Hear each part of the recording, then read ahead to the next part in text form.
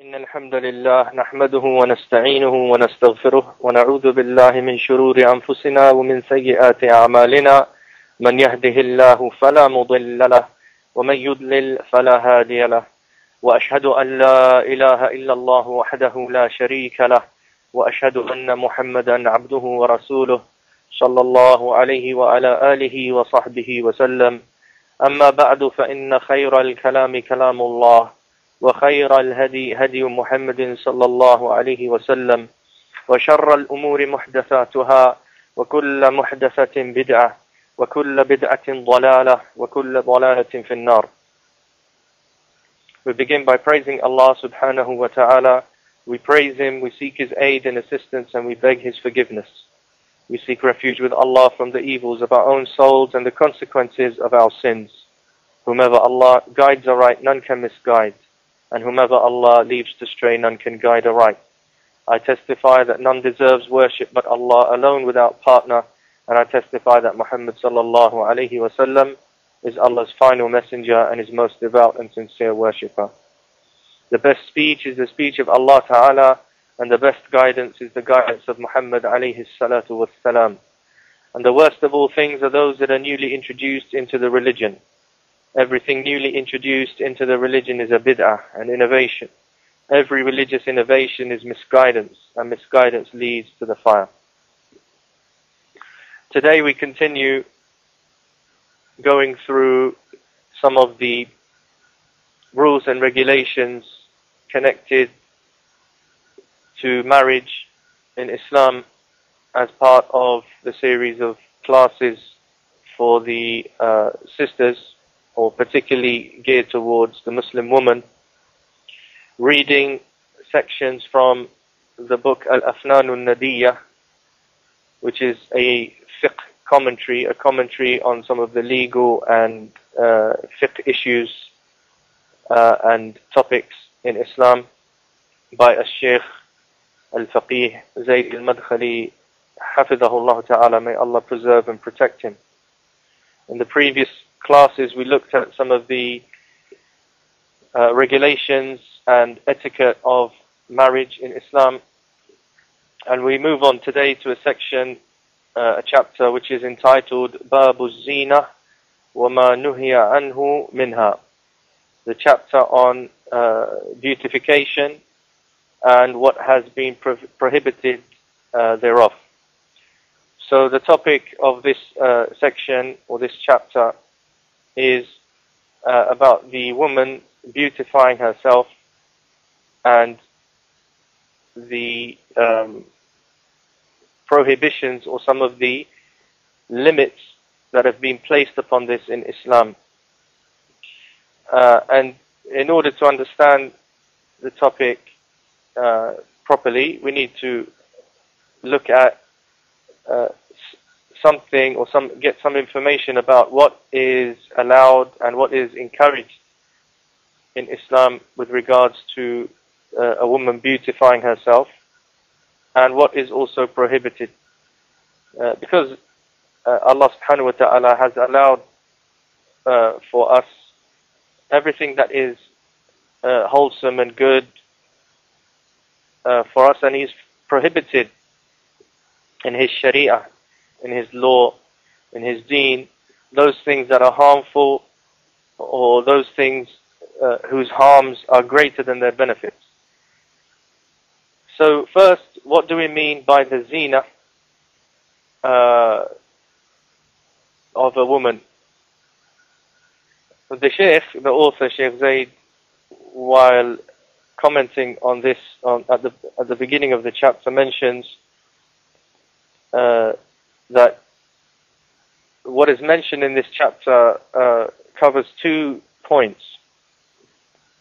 The first point is the mashru'iyah, or the allowance and the legislation in Islam that allows the woman or indeed encourages her to beautify herself for her husband.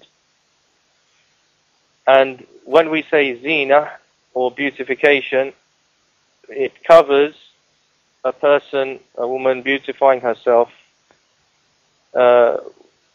with all of those things that are allowed for her, like jewelry, wearing jewelry in her clothing, in her attire, wearing perfume, using henna and such dyes for her, or henna for her skin, using her eyeliner or beautifying the eyes with kuhl, wearing whatever nice shoes and footwear, and generally also in her personal hygiene and being clean and presentable. And all of these matters are covered by this word az-zina.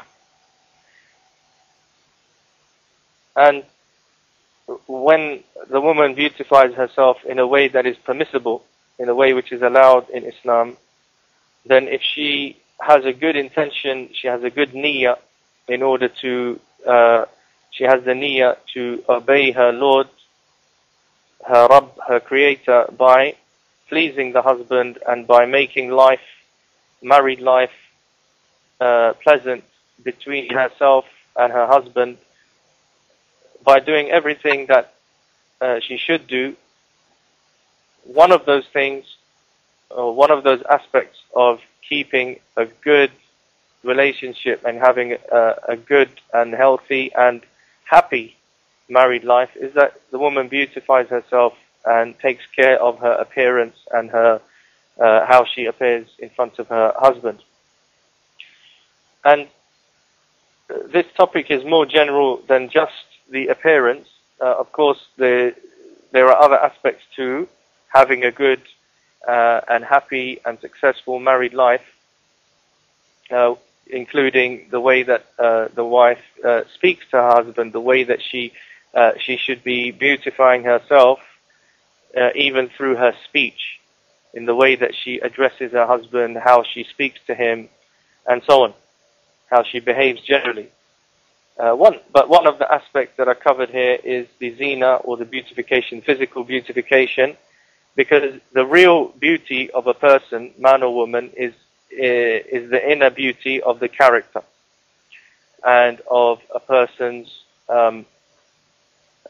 attitude and character and beliefs. When they are good and pleasing to Allah subhanahu wa ta'ala, then that person is a person who's truly beautiful, no matter how they look on the outside. And this is the more important and the more fundamental form of beauty, and that is the beauty of one's character, one's attitude, one's beliefs, and one's actions, the ibadah, the worship of Allah subhanahu wa ta'ala, and doing what is allowed and staying away from what is forbidden. This is what makes a person truly beautiful. But Islam doesn't ignore, and our Creator, Allah subhanahu wa ta'ala, who created us upon a certain way, Allah subhanahu wa ta'ala has not left this aspect of physical appearance and physical beauty between the spouses, between the husband and the wife. This has not been ignored. And in fact, Allah subhanahu wa ta'ala, through His Messenger, alayhi salatu wassalam, has informed us that one of the qualities of the best women is that she pleases her husband when he sees her, when he looks at her. And this is confirmed in the hadith in Sunan al-Nasa'i and in other collections, where the Prophet sallallahu alaihi wasallam was asked which women, or who are the best women, who are the best women. And so his reply was that it's the woman who, when her husband sees her, she pleases him and she obeys him when he commands her or when he tells her to do something, and she doesn't contradict him with regards to her wealth and property, meaning that she doesn't go against him when it comes to decisions regarding the wealth and property and spending. So these are some of the qualities that Allah's Messenger alayhi salatu wasalam mentioned as being the qualities of the best of the women. And these matters go back to a person's own efforts and a person's own actions, not necessarily the way a person has been created by Allah subhanahu wa ta'ala with regards to those matters that they have no control over. What we're talking about here is the effort that a person makes in those things that they are able to do. Not with regards to a person's physical beauty in terms of how Allah subhanahu wa ta'ala created them and how Allah subhanahu wa ta'ala made them look in a way that they have no control over and they have no say over. So when we talk about the wife pleases her husband when he sees her or when he looks at her, then with regards to from the point of view of the wife, this encourages her to make the effort to make herself attractive and pleasant and clean in front of her husband. And so this is something that the woman can turn into an ibadah, an act of worship, for which she can be rewarded for if she has the niyyah, if she has the intention to please Allah subhanahu wa ta'ala and to obey Allah by pleasing her husband and by helping or contributing to keeping the married life happy and maintaining her chastity and the chastity of her husband, which is one of the great maqasid, or one of the great goals and intentions behind marriage. And this is in accordance with the natural disposition that Allah subhanahu wa ta'ala created humans upon, is that they appreciate and they are more attracted to those who are pleasing to look at and those who are clean and those who are presentable. And this is especially true in married life. And so the ulama mentioned, the author, Sheikh Zayd mentions here, that this is one of the reasons, or this is one of the causes that will make a woman more beloved to her husband. That if she pleases him when he sees her, then this makes her more beloved to him. This is naturally the case. And therefore he will treat her better and he will honor her and he will cherish her more if she has made this effort and if she has these qualities. The other thing to point out here on this topic is that, as with everything else that a person might do which is mubah, which is allowed, or which we have been given permission to do with regards to what we eat, what we drink, what we wear, what we spend, how we spend our time, and so on.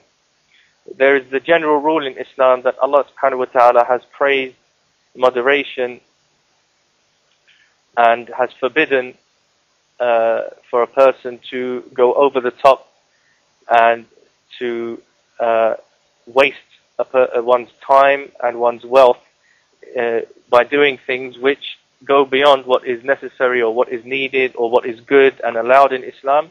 And now a person falls into wasting time and money and wealth or doing something in a forbidden way. So for example, in the case of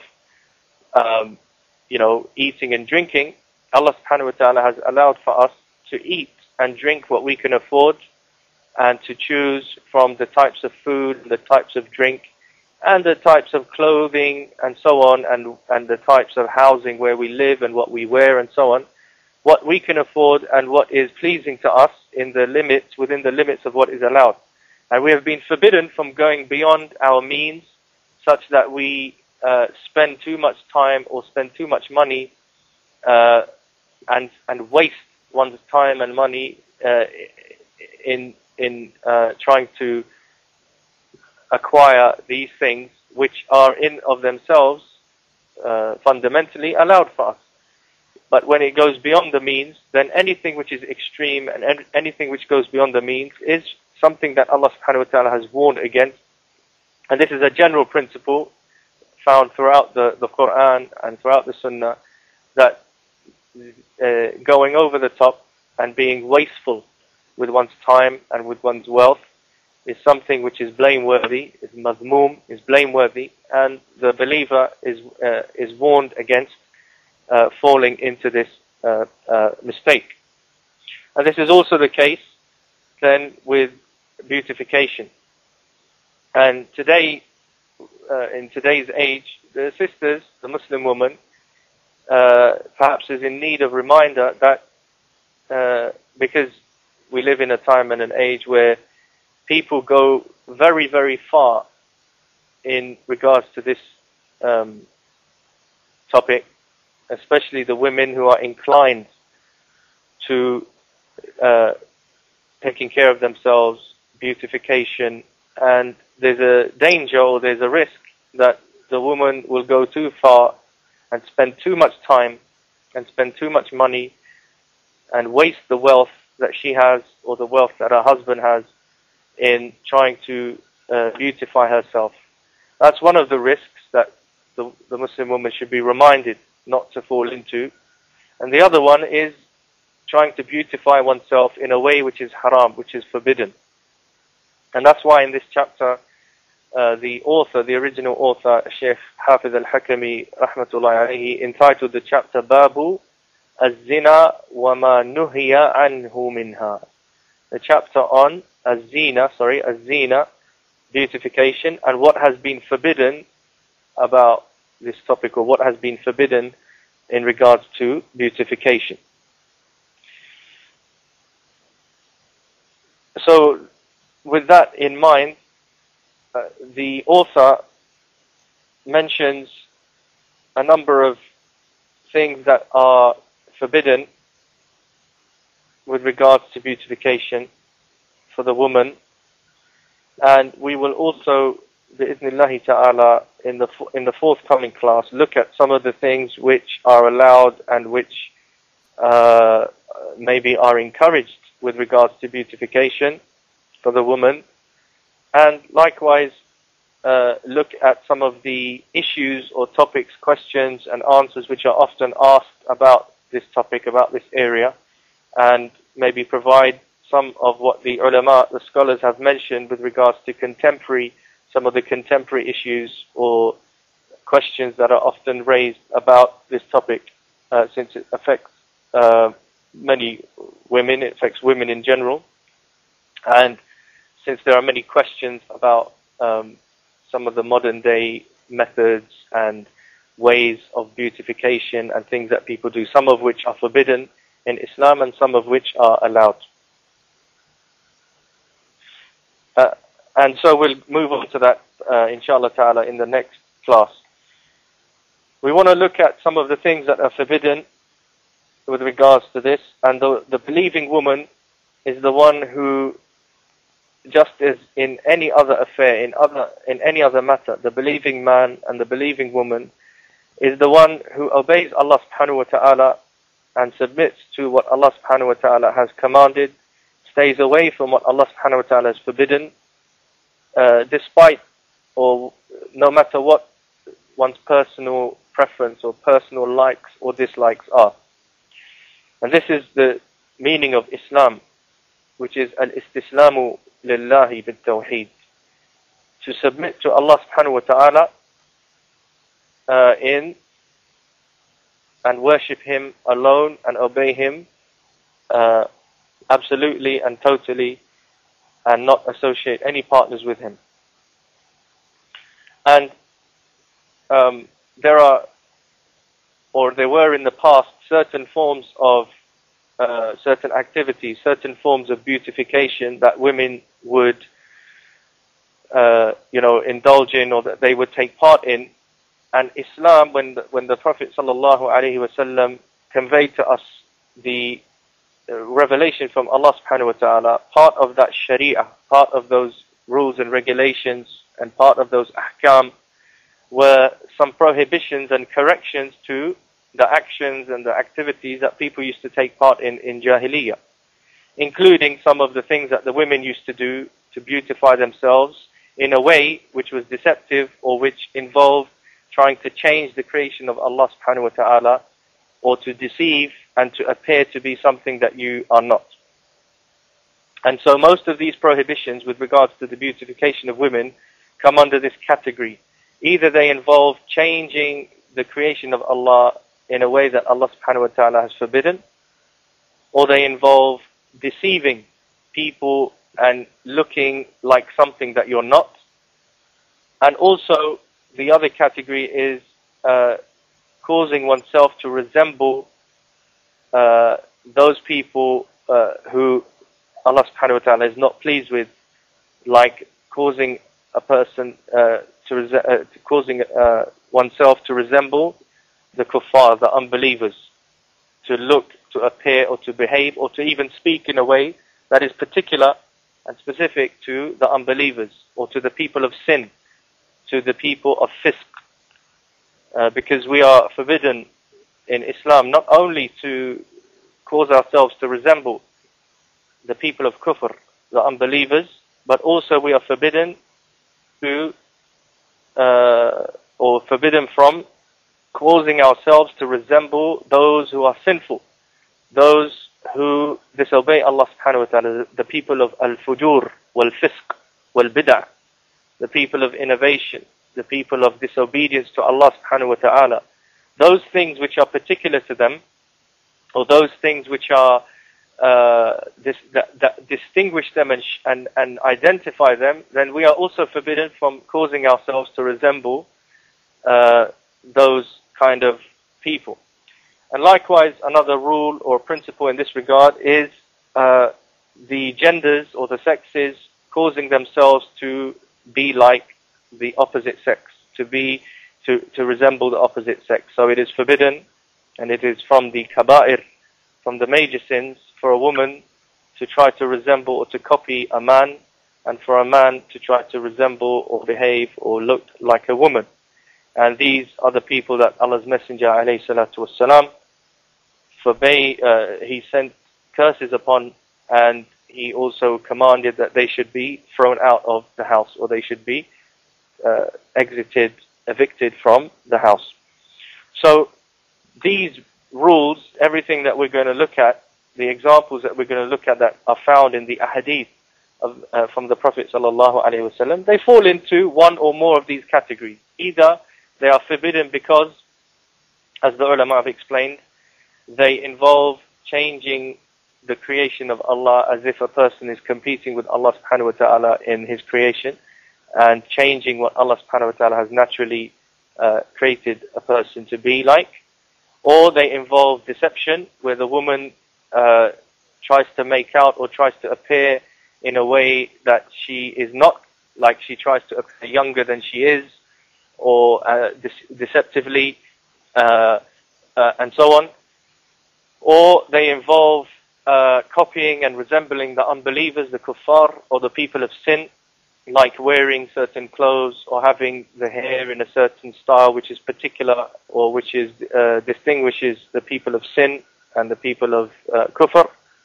Or it involves a woman causing herself to resemble a man, to look like or to behave in a way or to speak like a man, and vice versa, a man causing himself to look or behave or speak or walk like a woman. So the first thing that is mentioned here, and this is particularly important in this day and age, because as we mentioned before, in this day and age, what has become popular and unfortunately has entered into Muslim societies, into Muslim families, and particularly those of us who are living and who have grown up in the West, we are often influenced and even pressurized into doing things or behaving or looking in a way that is in accordance with the culture and with the customs and with what is acceptable in the society that we live in, but is actually forbidden in Islam. And so the Muslim woman has to be very careful in this regard, because often the sisters, the women, are influenced by what is around them, and it is easy for them to fall into a type of behavior, a type of speech, a type of look, and a type of attitude which is not pleasing to Allah subhanahu wa ta'ala, even though it is popular, or it is in fashion, or it is something which is acceptable in the society or in the environment that they live in.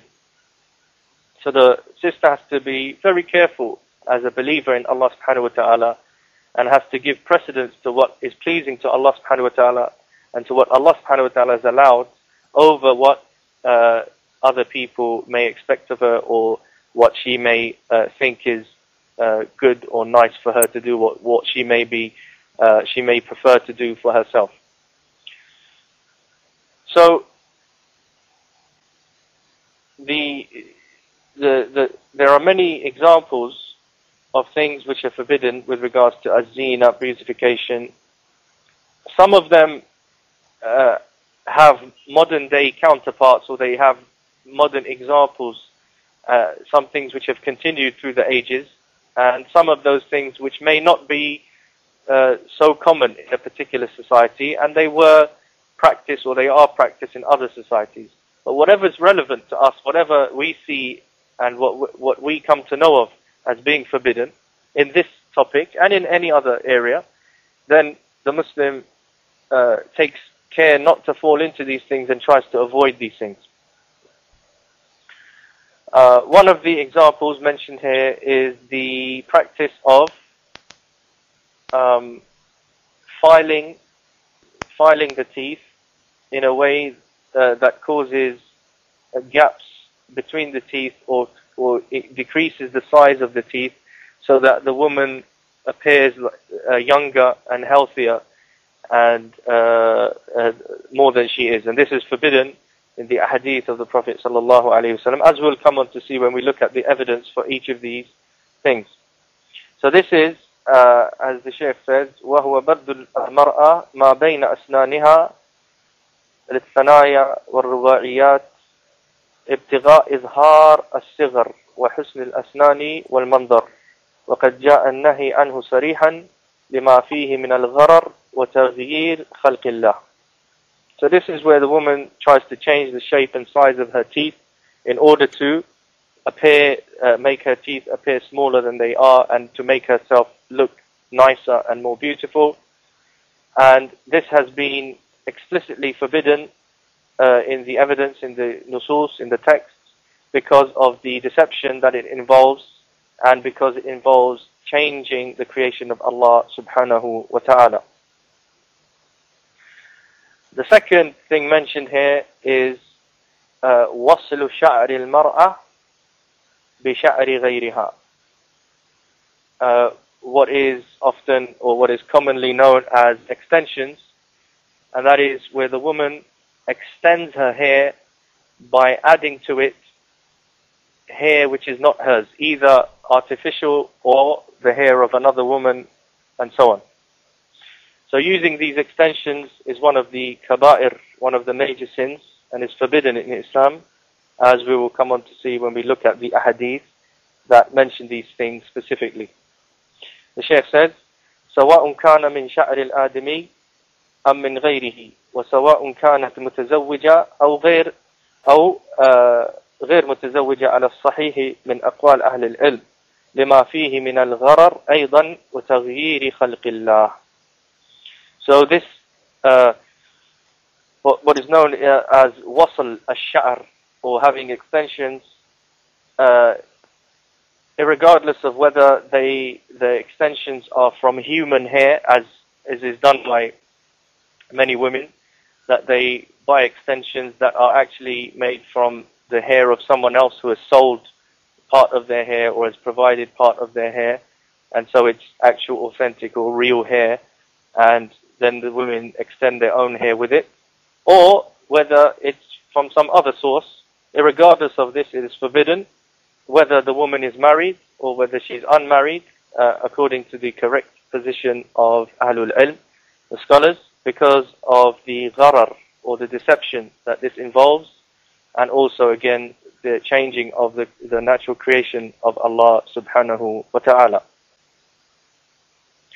The third thing mentioned here is nams ash-sha'r, nams ash-sha'r, or plucking the hair from the face. Plucking the hair from the face. And this is also forbidden, and it includes plucking the eyebrows in order to make them look thinner or more shapely. And also, according to many scholars, it includes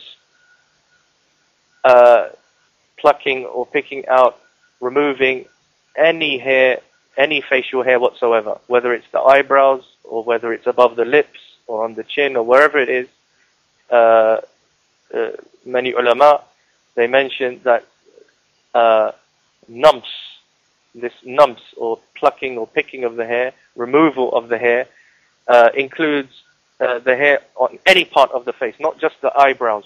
And we'll come on to look at this in a bit more detail and the evidence for this position. However, it's confirmed by the text of the hadith that a nums, picking the hair or plucking the hair removal of the face, or let's say the eyebrows specifically, are mentioned in some hadith, and this also includes the facial hair in general, as evidence seems to suggest, and we'll come on to look at that later. So the Shaykh mentions here, defining this particular activity, وَهِيَ نَتْفُ الشَّعْرِ مِنَ الْوَجْهِ وَالنَّامِصَةِ هِيَ الَّتِي تُزِيلُ الشَّعْرَ عَنْ وَجْهِهَا أَوْ مِنْ وَجْهِ غَيْرِهَا. So the Shaykh says, and this nums, hair removal here, refers to picking or plucking the hair from the face. And the woman who is known as the namisa is the woman who removes the hair from her own face or from the face of another woman. She does it for someone else. And of course, this namisa has been mentioned explicitly in the authentic hadith that they are from those who are cursed by Allah subhanahu wa ta'ala. The other activity mentioned here is al-qashr, or exfoliating the skin. Exfoliating the skin meaning whereby the woman uses some material, chemical or otherwise, or some physical material to remove layers of the skin to show the skin underneath. Exfoliating the skin is forbidden according to a number of the ulama, the scholars, based upon a hadith in the Musnad of Imam Ahmad, which we will come on to look at a bit later on. And the Shaykh here defines it as وهو الذي قال فيه أبو عبيد الغمرة التي يعالج بها النساء وجوههن حتى ينسحق أعلى الجلد ويبدو ما تحته من البشرة وهو شبيه بما جاء في النامصة. So some of the ulama, the Shaykh mentions that some of the ulama in the past mentioned or defined it as the removal, or as when a woman uses a material or some material to remove a layer or part of the upper layer of the skin in order to show the skin that is underneath as being healthy and being vibrant and being looking fresh, to show the skin underneath. And this is similar to the namisa, the woman who plucks the hair, in this regard, in regards to the forbiddance according to some of the ulama. The next thing that is mentioned here that is forbidden is al-washm, or tattooing, whereby the skin or the skin is injected or is damaged in a way in order to put some dye or ink, some coloration into it, so that it becomes a tattoo. And this is forbidden explicitly and clearly in Islam for anyone, man or woman, and explicitly the women have been mentioned because it was from the practice of the people of sinfulness in the past, up until today, that they would tattoo certain parts of their hands or their faces or their arms and so on. And so whether this is in the form of a picture or words or a pattern or whatever the case, it is forbidden to tattoo oneself or to help anyone else to get tattooed. So this is al-washm. The other thing that is mentioned, or one of the other things that are mentioned here, is tashabbuh al-mar'a bil-rajul wal-aks. The woman resembling or copying, causing herself to copy and resemble a man, and vice versa, a man trying to look like or resembling a woman. The Shaykh said, سواء كان في الكلام أو اللباس أو الحركات ونحو ذلك مما جاء النهي عنه صريحا بل وجاء لعن فاعله من الذكور والإناث. So this prohibition is the prohibition from a woman causing herself to resemble a man, or a man causing himself to resemble a woman, and this includes a person, the way they speak, the way they dress, the way they move, and so on, and anything else which has been forbidden explicitly in the nusus of the Quran and Sunnah, in the text of the Quran and Sunnah. This is again, this is of particular relevance today. It remains a relevant thing because in today's world, or in many societies and cultures today, there is a positive effort or an active effort to try to blur the lines between genders and to try to cause men and women to be similar to each other in the way that they behave, as well as in the way they look, what they wear, how they behave, how they move, and so on.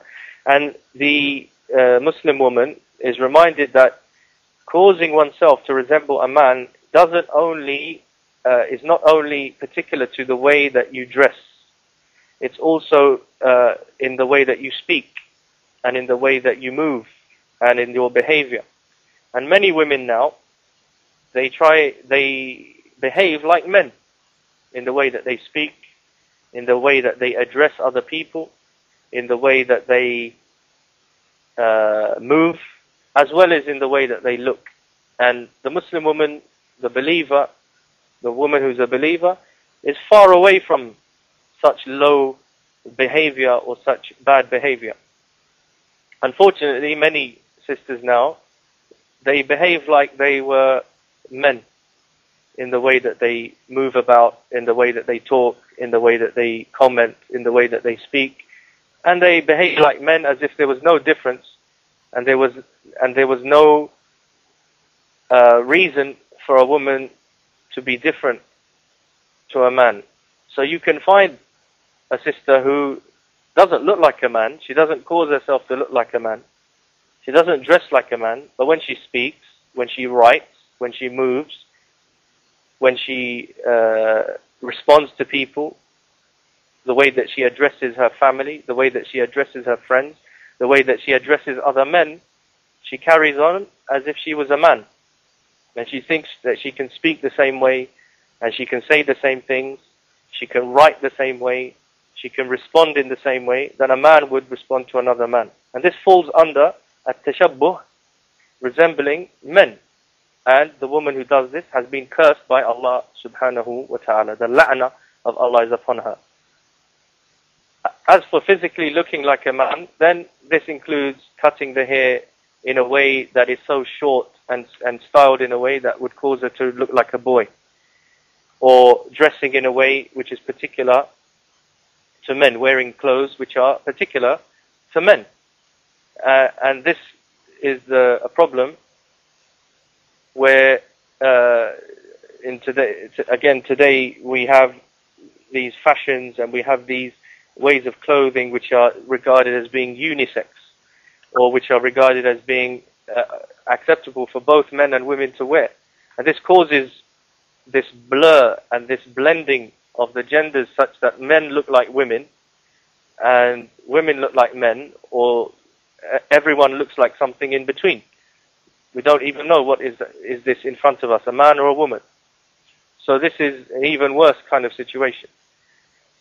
So the Muslim woman is careful with regards to the way that she looks and the way she behaves and the way that she talks, such that she doesn't cause herself to resemble a man.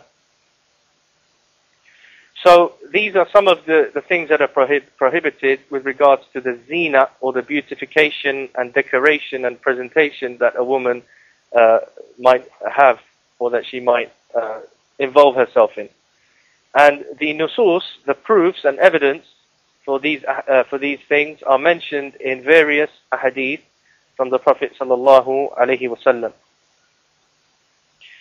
So let's take some examples of the evidence from the ahadith in this. Most of these are in Al-Bukhari and Muslim. There are a couple of ahadith which are disputed with regards to their authenticity, so we'll come on to look at that inshallah ta'ala in more detail. The first example, or the first evidence, is the hadith in Al-Bukhari and Muslim, reported by Asma bint Abi Bakr radiyallahu ta'ala anhuma, reported by Asma, the daughter of Abu Bakr, may Allah be pleased with them both. She said, أتت النبي صلى الله عليه وسلم امرأة فقالت يا رسول الله لي ابنة عريسا وإنه أصابها حزبة فتمزق شعرها أفأصله؟ قال رسول الله صلى الله عليه وسلم لعن الله الواصل والمستوصل. So in this hadith, Asma, the daughter of Abu Bakr radiyallahu ta'ala anhuma, reports that a woman came to the Prophet sallallahu alaihi wasallam and said, "O Messenger of Allah, I have a daughter who is recently married, and or is about to be married, and she has been afflicted by a certain condition such that her hair has started falling out and her hair has started becoming weak and is becoming patchy. So should I extend her hair? Can I extend her hair?" So Allah's Messenger sallallahu alaihi wasallam responded. He said, "La'ana Allahu al-wasila wal-mustawsila." Allah has cursed the wasila, the one who does the extensions for someone else, wal-mustawsila, and the one who has the extensions done for her. And also another evidence, the second hadith in this regard, is also in Bukhari and Muslim, reported this time by Abdullah ibn Umar radiyallahu ta'ala anhuma, who said, أن النبي صلى الله عليه وسلم لعن الواصل والمستوصل والواشم والمستوشمة. Ibn Umar, Allah be pleased with them both, said the Prophet sallallahu alaihi wasallam cursed the wasila, the one who does extensions, wal mustawsila, the one who gets extensions done, wal washima, the tattooist, the woman who does the tattoos, wal mustawshima, the woman who gets tattoos done.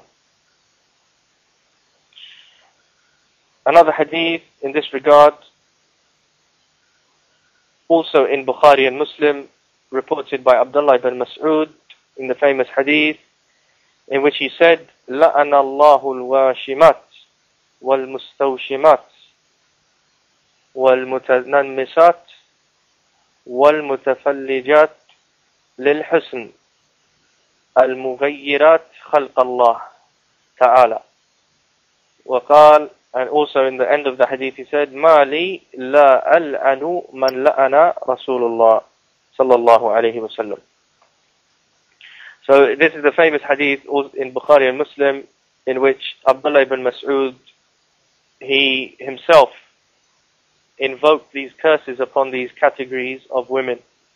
So he said, Allah curse, or the curses of Allah are upon al-washimat, the tattooists, those who do tattoos, وَالْمُسْتَوْشِمَاتِ, and those women who get the tattoos done.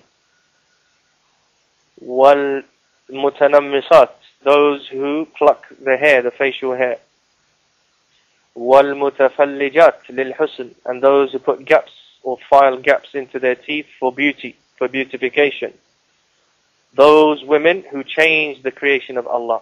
Those women who change the creation of Allah. And the Shaykh, the author, has mentioned just the beginning of this hadith and another part of the hadith. The full story is that when Ibn Mas'ud said this, a woman, Yaqub, if I remember correctly, she came to Ibn Mas'ud and she said, I've read the Quran. You know, how are you saying this? Why are you saying this? Why are you cursing these women? I've read the Quran from cover to cover and I don't see any of what you've mentioned. I don't see this mentioned in the Quran. So Ibn Mas'ud said to her, if you had really read it properly, you would have read it, you would have found these prohibitions. Did you not read the statement of Allah subhanahu wa ta'ala, وَمَا آتَاكُمُ الرَّسُولُ فَخُذُوهُ, and whatever the messenger gives you, take it. What he commands you, take it. And whatever he forbids you, then stay away from it. So Ibn Mas'ud, and there's a lot of benefit. There are many points of benefit from this hadith.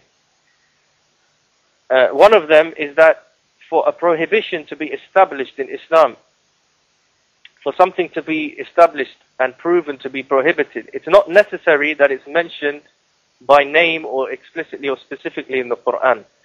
Rather, everything that the Prophet ﷺ forbade is forbidden in the Quran. And as the ulama said, according to this hadith and according to how Ibn Mas'ud radiallahu anhu, and Ibn Mas'ud is from the scholars of the companions. He's from the greatest of the reciters of the Quran and from the greatest of the fuqaha, the jurists and legal experts and scholars, muftis of the companions. The companions used to go back to him for fatwa. And he was one of those who were experts in the knowledge of the deen. And so he explained to this woman in her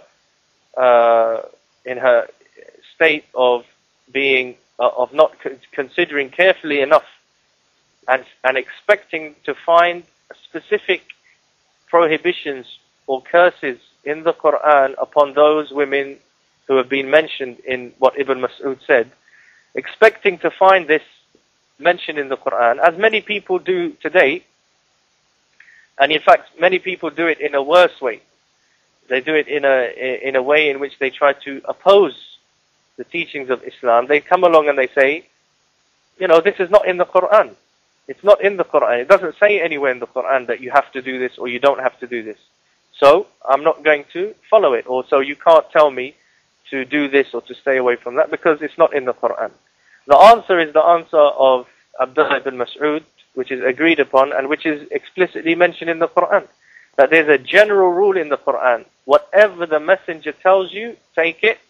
And whatever he forbids you, whatever he warns you against, then stay away from it. And this shows us that anything which is found in authentic hadith from the Prophet ﷺ as a prohibition, then it has the same weight, it has the same legal weight in the Sharia as something which is mentioned in the Quran. Because all of it is from Allah subhanahu wa ta'ala. As the Prophet ﷺ said, أَلَا وَإِنِّي أُوتِيتُ الْقُرْآنَ وَمِثْلُهُ مَعَهُ أو كما قال عليه الصلاة والسلام. I have been sent with and I have been given the Quran and the likes of it or something similar to it along with it, meaning his sunnah. And the Quran itself tells us to obey Allah and obey the messenger. In more than 30 places it is explicitly mentioned in the Quran, obey Allah and obey the messenger. So Ibn Mas'ud, he responded and he said, if you had read the Quran, you would have found, if you had read it properly or carefully enough, you would have found this verse, you would have found this command from Allah subhanahu wa ta'ala. And then he said that I heard Allah's messenger cursing these categories of women. And he said, why should I not curse those whom Allah's messenger cursed? So he reported the hadith that he had heard the messenger of Allah alayhi salatu wasalam cursing these categories of women, and so therefore this statement of Ibn Mas'ud is marfu', is something which is raised to the level of being from the Prophet sallallahu alaihi wasallam, and in fact, within that narration, he reported it from the Prophet sallallahu alaihi wasallam. So that includes some of the things that were mentioned before: the namisat, those women who pluck the facial hair, the women who put gaps between their teeth for beautification or to appear younger and to appear more beautiful, and likewise the women who involve themselves in tattooing. All of these have been mentioned by the Prophet sallallahu alaihi wasallam himself. Likewise, there's the hadith here which mentions the al-qashr, or the exfoliating the skin, and we need to look into this hadith a bit further, but the Shaykh mentions here that this is something which is authentic in Musnad of Imam Ahmad, from the hadith reported on the authority of Aisha radiallahu ta'ala anha, that Allah's Messenger, or the hadith states, كان النبي صلى الله عليه وسلم يلعن القاشرة والمقشورة والواشمة والموشومة والواصلة والموصولة. It's reported on the authority of Aisha radiallahu anha that the Prophet sallallahu alaihi wasallam used to curse the qashirah, the woman who exfoliates her skin, wal maqshura, and the woman who has it done, wal washima, the tattooist, wal mawshuma, the woman who has the tattoos done, wal wasila, the woman who gets extensions or does the extensions, makes extensions, wal mawsula, the woman who has the extensions done for her. And another hadith in the Musnad of Imam Ahmad, also the Shaykh mentions from the hadith reported on the authority of Abdullah ibn Mas'ud radiallahu ta'ala anhu. Again, it's mentioned that he said, سمعت رسول الله صلى الله عليه وسلم ينهى عن النامصة والواشرة والواصلة والواشمة إلا من داء. But this hadith, the Shaykh mentions, it mentions the same things that have been mentioned already, but the Shaykh mentions here that this hadith has a reporter in it, Nuhar, who is she's not known, or there's not enough information known about her as a reporter, but the Shaykh mentions that the hadith is Hasan, with the different supporting narrations that have already been mentioned. Likewise, with regards to causing oneself to resemble the opposite sex, then this hadith, the hadith about this, is reported in the Musnad of Imam Ahmad, and also in Al-Bukhari and Muslim. Also in Sahih Al-Bukhari, from the hadith reported on the authority of Abdullah ibn Abbas radiyallahu ta'ala anhuma, who said, لَعَنَ رَسُولُ اللَّهِ صَلَّى اللَّهُ عَلَيْهِ وَسَلَّمَ الْمُتَشَبِّهِينَ مِنَ الرِّجَالِ بِالنِّسَاءِ وَالْمُتَشَبِّهَاتِ مِنَ النِّسَاءِ بِالرِّجَالِ. So Ibn Abbas, may Allah be pleased with them both, says, the Messenger of Allah alayhi salatu wassalam cursed those men who cause themselves to resemble women, and those women who cause themselves to resemble men.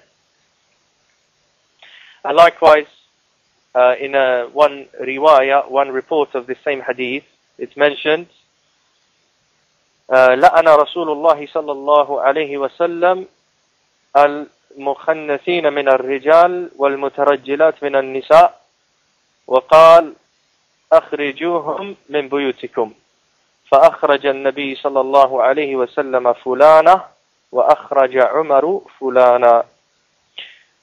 So in this riwayah, in this particular report of the hadith, this version of the hadith, it's mentioned that the Prophet, that Allah's Messenger alayhi salatu wasalam cursed the effeminate men, those men who cause themselves to be feminine, and those women who cause themselves to be masculine, to be like men. And he said, evict them or put them out of your houses. And the hadith mentions, or the narration mentions here, and the Prophet ﷺ threw out or took out from the house a particular woman because she had this quality. And in the time of Umar also threw out a man who had this quality. So it's showing examples of how they implemented this this particular sunnah or this particular command. So the Shaykh mentions, just to wrap up, the Shaykh mentions here that these nusus, these texts from the hadith of the Prophet ﷺ include a very clear explanation about these matters, and that to do these things that have been mentioned is from the kaba'ir. They are not,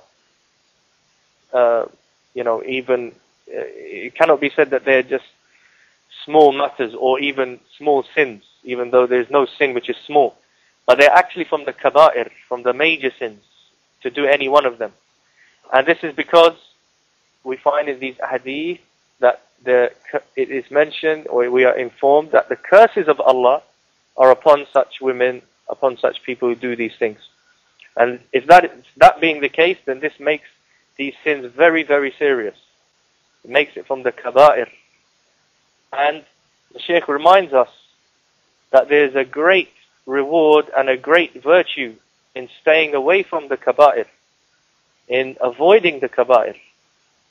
And that there is a promise from Allah subhanahu wa ta'ala in the Quran that if we stay away from the kaba'ir, if we stay away from the major sins that we've been forbidden from, then Allah will forgive us other sins and He will accept from us and He will be pleased with us. And so He mentions the statement of Allah subhanahu wa ta'ala, where Allah subhanahu wa ta'ala says, إِن تَجْتَنِبُوا كَبَائِرَ مَا تُنْهَوْنَ عَنْهُ نُكَفِّرْ عَنْكُمْ سَيِّئَاتِكُمْ وَنُدْخِلْكُمْ مُدْخَلًا كَرِيمًا. Allah subhanahu wa ta'ala said in Surah An-Nisa, if you stay away from the kaba'ir, the major sins and the big sins that you have been forbidden from, we will expiate your smaller sins for you, and we will enter you into a noble and generous entrance, meaning into Jannah, into paradise. And the Prophet ﷺ warned against these kaba'ir, or falling into major sins in general, and told us to stay far away from them. And he said in the hadith, اجتنبوا السبع الموبقات. Stay away from the 7 deadly sins, the 7 deadly or most major sins. And one of the things to remember from these texts, from the verse mentioned from Surah An-Nisa, and from this hadith, is that the word used is ijtanibu, stay away from something. And ijtanibu and ijtinab means not just not to do something, but to stay far away from it, so that you put yourself as far away as possible from that thing, to avoid it. And this is the meaning, or this is the understanding that a Muslim should have when they listen to the Quran and they read the hadith and they find that we are told to stay away from something, ijtinab. It means that you do everything you can to stay far away from these things. Don't do anything that's going to bring you closer to falling into these sins and to doing these things.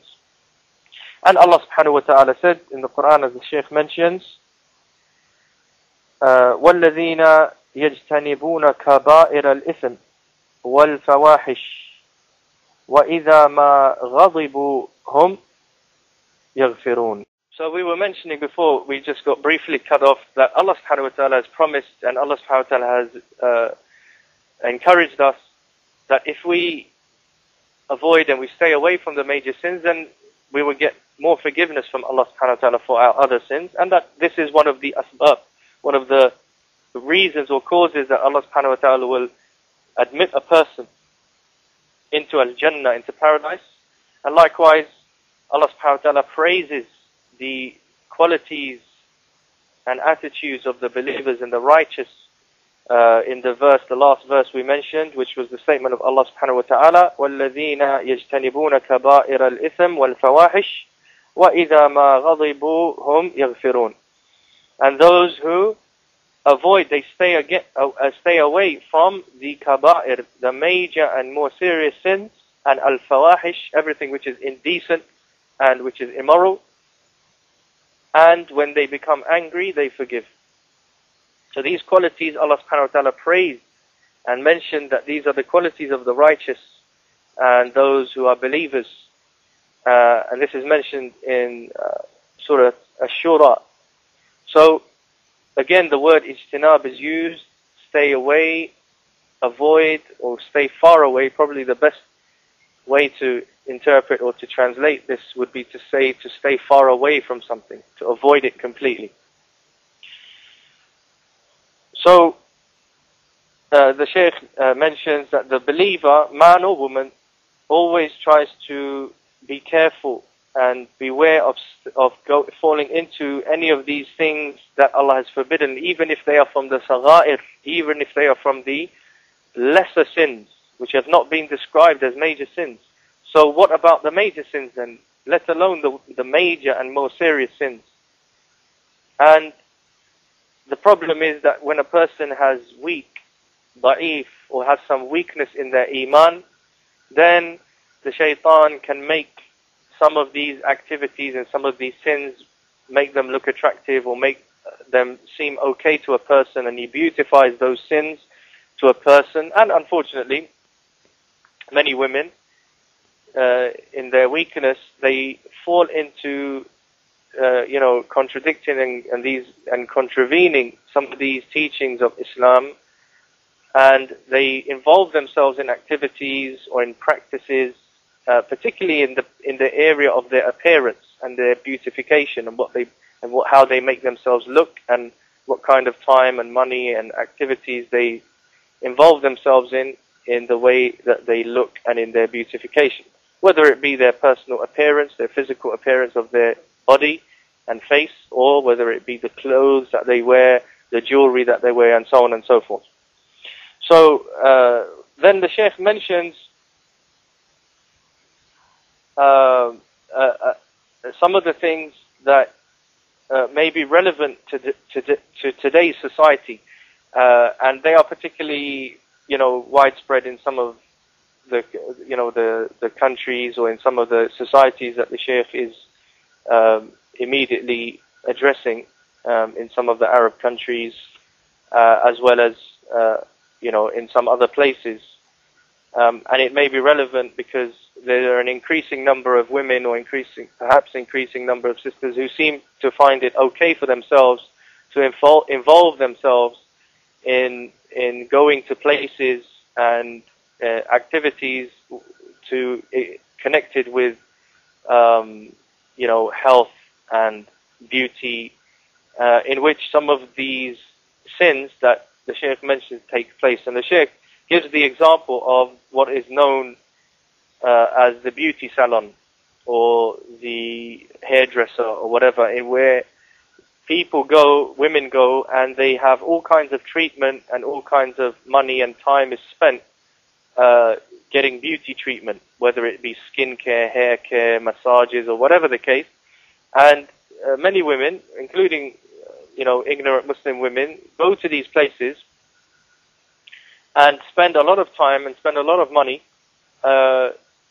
sinning and disobeying Allah subhanahu wa ta'ala, or involving themselves in a number of sins.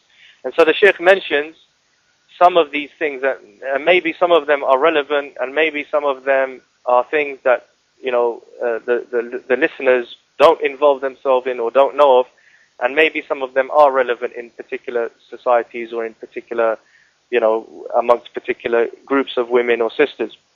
But some of these places, these beauty salons, and remember, we're talking about now, the Shaykh is talking about the beauty salons and the hairdressers that are found in this country, in the Muslim countries, where they are segregated totally, and it's only women involved. And it's secluded, and there are no men inside. These are places which are just female only. And there are a number of sins that take place even then. So what about a situation where a sister, a woman, is in a country which is not a Muslim country, in a society which is not a Muslim society, or where the deen is not practiced at all, and she goes to these salons and she goes to these hairdressers and so on and so forth, where she involves herself or takes part in trying to get some kind of treatment or beauty treatment or some kind of service, and it may even involve, the kuffar, the kafirat, the women who are kuffar. And it may involve people who don't have no iman, let alone people who are weak in their iman, and people who are sinful or people who are ignorant, as is the case with many of the beauty salons here. We have a problem in this society, that's why the scholars and the Shaykh is addressing this issue, is that this is one of the widespread activities that many women involve themselves in here, is that they go to these, what they call coiffeurs, these beauty salons and these hairdressers, and they spend a long time getting all kinds of treatment, skin treatment, massages, hair treatment and so on. And this often involves a number of sins. One of them is showing the aura in front of another woman. A woman showing her aura in front of another woman. And this is forbidden. And many women are very negligent of this area. And this also comes into something that we'll discuss later, or that perhaps actually is even more relevant to many of the societies and the kind of groups of women that are found within the Muslim societies. And that is that many sisters don't take care of their appearance in front of other sisters, in front of other women. So although the woman wears hijab when she's out in public in front of other men, or she wears some kind of hijab,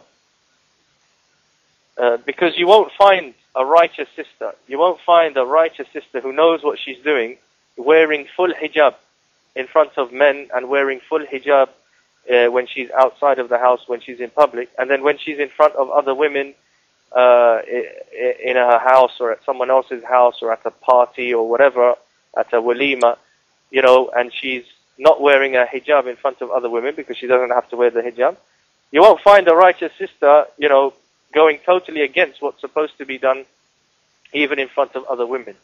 But you have many women, many sisters, who they will wear some kind of hijab outside, but when it comes to being in the company of other sisters, other women, they wear clothes or they behave in a way which is not allowed even to do in front of other women.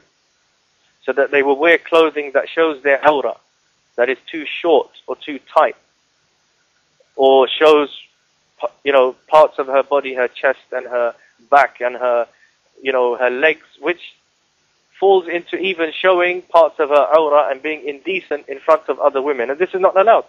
It's not allowed for a woman to dress how she wants, even in front of other women. Likewise with the men in front of other men. But the point is that this kind of looking at the aura of another woman or exposing the aura in front of other sisters or in front of other women, it happens in salons, in beauty parlors, in hairdressers, at parties, walimas, and gatherings where sisters gather, women gather with each other, dinner parties, whatever the case, and everyone's trying to compete and everyone's trying to show off and everyone wants to show how beautiful they are and they want to show what kind of clothes they can wear and what kind of fashion they can follow. And many sisters fall into doing this, and they show their aura or they show their parts of their body, which is indecent. I mean, you couldn't appear like that in front of your father. And this is the rule that some of the ulama have mentioned as regards to the aura. What is the aura of the woman in front of another woman? And this is something that many people have fallen into a big mistake, and they've misunderstood something in a very bad way. And that is that there's this famous saying that the aura of the woman in front of another Muslim woman is the same as the aura of a man in front of another man. Meaning that what is between, the navel and the knees, the thighs and upwards, and between the navel is aura. A man has to cover that, and he cannot show what is beneath that, even in front of other men. And so some people take this statement and they've totally misunderstood it, and they think that a woman can wear anything, almost anything, in front of another woman. or in a gathering of other women, and she can be almost naked, and it doesn't matter. So they will wear all kinds of dresses and, you know, outfits and what have you in front of other people, in front of other women. And this is a big misunderstanding. Rather, the rule is that when the fuqaha, when the jurists, when the scholars said that the awra of a woman, a Muslim woman in front of another Muslim woman, when nobody else, no other men are around, nobody else can see, is the same as that of a man with a man. It refers to the very, very basic thing that is allowed, or which would be okay if it becomes accidentally, or if it becomes, you know, revealed without any intention to do so. It doesn't mean that a woman can dress how she likes, okay, and reveal, you know, part of herself or part of her awra, or part of the things that she wouldn't normally reveal in front of her male relatives, in front of other Muslim women. And that is because the correct position, the correct understanding, is that however a woman can appear in front of her father, in front of her brother, in front of her male maharim, her mahrams in her family, what she can wear in terms of that, in terms of how she could appear in front of her father, in front of her brother, this is what she can show, or she can dress like in front of another Muslim woman. Nothing more than that. And this is because the verse in the Quran that tells the women, that the verses of hijab, command the women to hide their zina. And then they give the exceptions, except from your fathers and your husbands and so on and so forth, and your brothers, and these maharim are mentioned. In these verses in the Quran, the other women are mentioned alongside the maharim. And so this indicates to us that the best position, or the best understanding, is that a woman can dress or can appear in front of other women just like she could appear in front of her father or her other maharim. Anything more revealing and showing the awra and showing these areas, this is not to be done, and this is not, as Shaykh Ibn Uthaymeen and other ulama mentioned, that it's not imaginable. It cannot be imagined. That when the fuqaha, or when this statement is mentioned, that the awra of a woman in front of another woman is like that of a man in front of another man, that is meant, what is meant by that is that the woman can reveal her chest, and she can reveal, you know, her legs, the upper part of her legs and everything, her back, and, you know, all these areas in front of another woman. This is something which is not imaginable. This was never meant by the scholars, and it was never meant by the fuqaha who mentioned it. What is meant here is that if there was a need, or if there was a situation in which, without intention, that some part of that area of the body became revealed in front of another woman, then there's no harm in that, there's no sin upon the person. Rather, so what is the specific awra, or the serious, or the most, let's say the most basic awra, is different than what should be worn and what a person should make themselves appear with, or how they should appear. What a woman should wear in front of other women is different than what is her very basic awra, which any part of her which is excluded from that might appear by accident, or might appear, you know, without intention. But to intend to reveal those parts of your body in front of other women by the way you dress, by the fashions that you wear, by the clothes that you wear, then this is not intended by the ulama, and this is indecent. And the Shaykh mentioned some of the evils that it involves changing the fitrah. It involves changing the nature of the woman. It can deviate a woman from what is her natural disposition. It can make her become deviated, even in her sexuality, even in her thinking, in her attraction and whatever. You know, it causes a fitna amongst women, even amongst each other. And it's not decent, particularly in front of those who are younger children, younger girls, and so on and so forth. Then it's very irresponsible. We find many of the women, many of the sisters doing in the way that they dress and in the way that they conduct themselves even in the privacy of their own gatherings amongst other sisters, let alone with the kafirat in front of the women who are kuffar, and let alone in front of other men. So the Shaykh mentioned the example of the beauty salons and so on, and we mentioned the example of the parties and the wala'im, the walimas and the gatherings and so on and so forth that happen between the women amongst the sisters. And another area which unfortunately will end on this has become very very strange, and the sisters need to fear Allah subhanahu wa ta'ala with regards to this, is how sisters conduct themselves online, in the way that they speak, the way that they write, and in what they show of themselves. I mean, you'll have a sister who regards herself as a practicing Muslimah, and who loves to talk about Islam, and who may even declare that she's a Salafi. And you will see her conduct on the internet, what she shows of herself. You would think it's someone else. It's amazing. The complaints that come, that there are sisters now who have pictures of themselves online, who, in their profiles, whatever it be, Facebook or whatever, and they'll have pictures of themselves, and they'll be speaking to men, resembling other men, speaking to men, passing messages, writing, in a way that men would do with other men.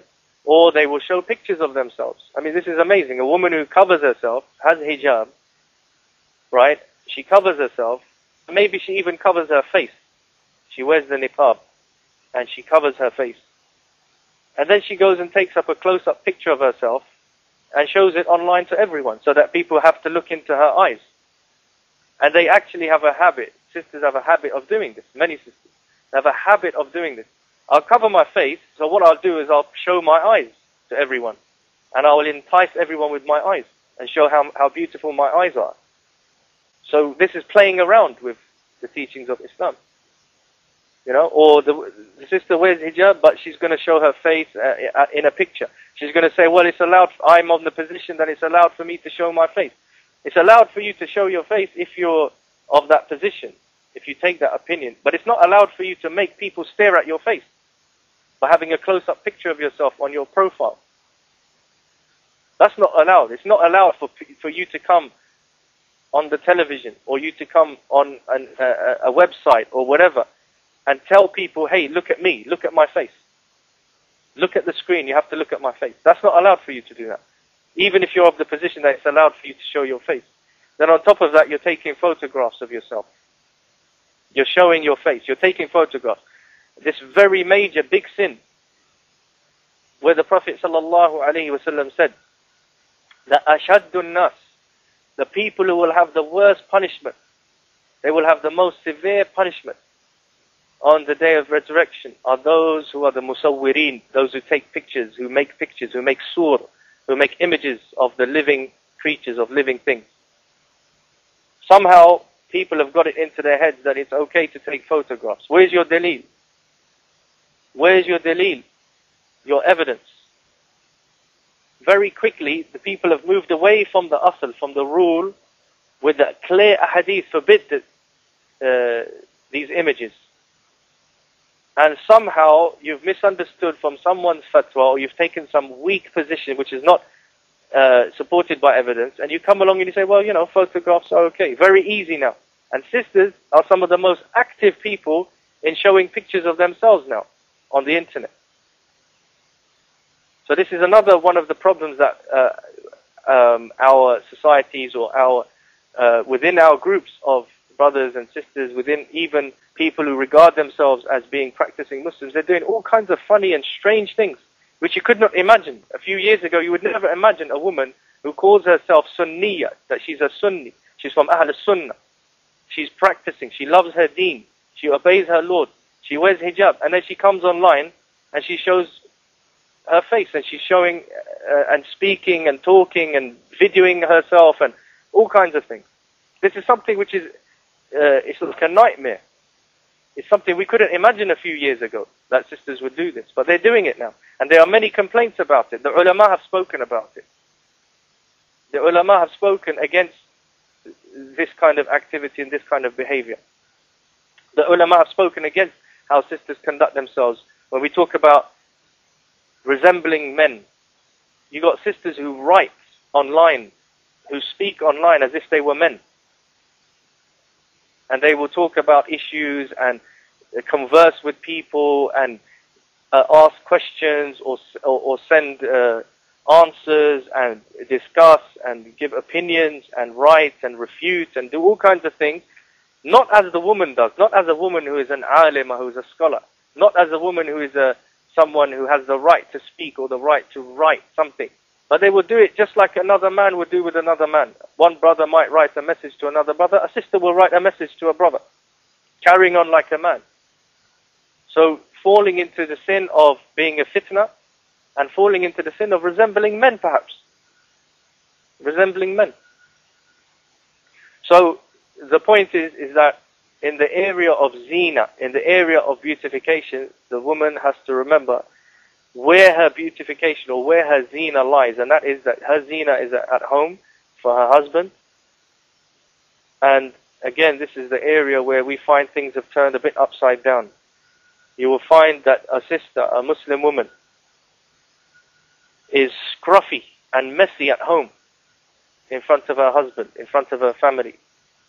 She doesn't care about how she appears and how she pleases her husband or not, or whether he will respect her or whether he will like her when he sees her. She doesn't care about that.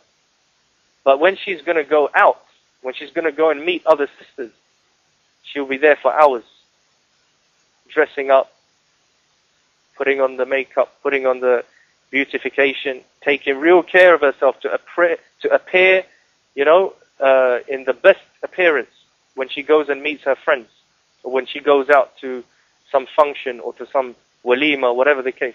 But when she's at home with her husband, in front of her husband, she doesn't care. She doesn't take care of herself. This is the opposite. This is the opposite. When you go out, you should be wearing normal, ordinary, clothes that are not particularly, you shouldn't be particularly paying much attention to how you look because you're going to have hijab on.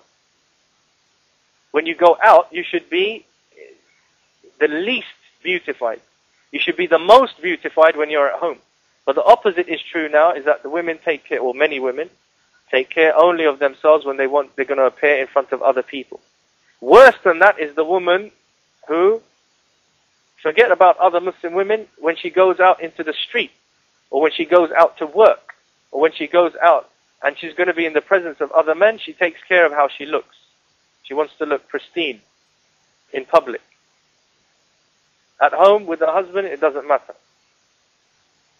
So these matters, the Muslim woman would do well to remember, to keep in mind, and to avoid the trends and the things that are happening, or which many people are doing now, which go against, which as a sister, that it's not right. You know that it's wrong. So you should fear Allah subhanahu wa ta'ala, and remember that obeying Allah subhanahu wa ta'ala and keeping within the limits of what is allowed for you is much better for you in this dunya and the akhirah, in this dunya and in the hereafter, than just, doing what everyone else does or what other people seem to be doing in the way that they dress, the way they behave outside. And the Muslim woman, it's even more important for her. This applies to the men as well. This applies fully to the men as well. But it's even more important when it comes to a woman, because a woman's honor and a woman's respect and a sister's, honor is very much connected to how she behaves and how she is even perceived to behave. Let alone the fact that we are required to obey Allah subhanahu wa ta'ala, and Allah subhanahu wa ta'ala sees and hears everything that we do. And Allah subhanahu wa ta'ala knows what we do. And He is the one that we are going to be answerable to, and that we need to, we need to have a jawab, we need to have a response, we need to have an answer for the questions that we will be asked. And one of the things that were covered here, again, which I alluded to in the beginning of the class, was the money, one of the evils of some of these activities like beauty salons or going out and spending time, beautifying yourself too much, is the amount of time and money that is wasted. That many women, they do a great dhulm, they do a great injustice. There's a great oppression upon men in this day and age, where the women require so much wealth and so much money to be spent on them in areas that are, things which are not required, like having these beauty treatments and makeup and clothes that are well beyond what a person can afford, or beyond what Allah subhanahu wa ta'ala has written to provide this family with, or your husband with. And so the husband has to spend money and lose time so that his wife goes off and she's, spending so much time that she neglects perhaps her duties at home. She neglects the tarbiyah of her children. She neglects the obedience of her husband. She neglects what she's supposed to be doing in the house, and she's out, beautifying herself or spending money on buying clothes and so on and so forth. And it's something that your family can't even afford.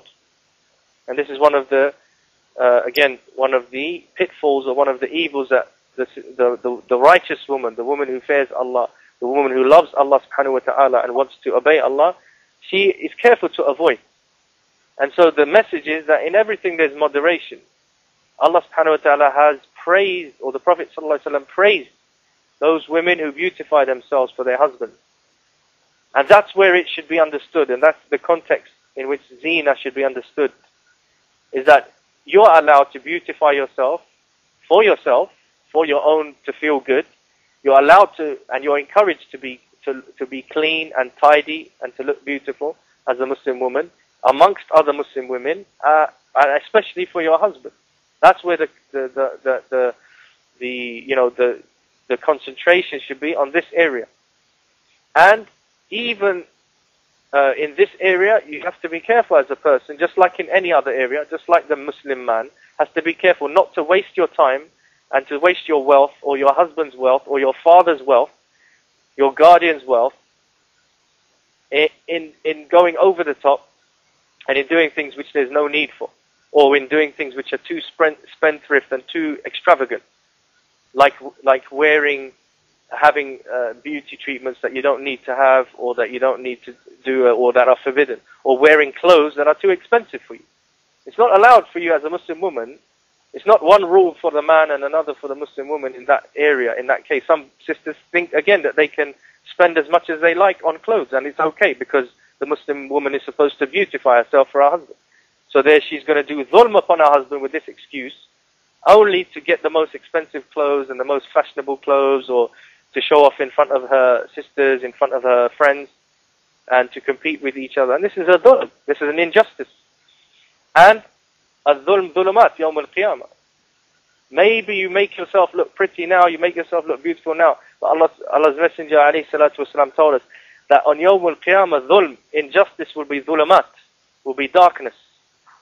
The kind of darkness that on that day when you're going to need the light to cross that sirat, that bridge over hell, that is thinner than the hair, that strand of hair, sharper than the sword, and it has hooks on it. When a person will need the light to be able to see, to go across that sirat, as dhulm dhulumat. Dhulm, injustice, wrongdoing, being unfair, is going to be darkness on Yawm al-Qiyamah. It will literally be darkness around you. You won't be able to see where you're going. So maybe you look nice now by wasting your husband's wealth, or by pressurizing your husband, or pressurizing your father, doing dhulm upon your father, upon your family, to spend upon you, or to take their wealth and spend it in a way which is beyond their means. But this is, you are actually doing injustice to someone else there. It's not an issue of, injustice being done on women. There's a lot of injustice done by women upon the men of their families in this day and age. Everyone likes to talk about the injustice against women and the rights of women. What about the injustice of so many sisters, so many women following their hawa, expecting that the world can run according to their hawa? I want this, I want to do that. I want this, I want to be able to do that. So my husband has to do this for me, my father must do this, my brother must do this for me. And often it's rubbish. It's just hawa. It's not even something beneficial. So the message is, everyone should fear Allah subhanahu wa ta'ala. The man and the woman should fear Allah subhanahu wa ta'ala. And the believing man and the believing woman, whoever obeys Allah And the messenger will not,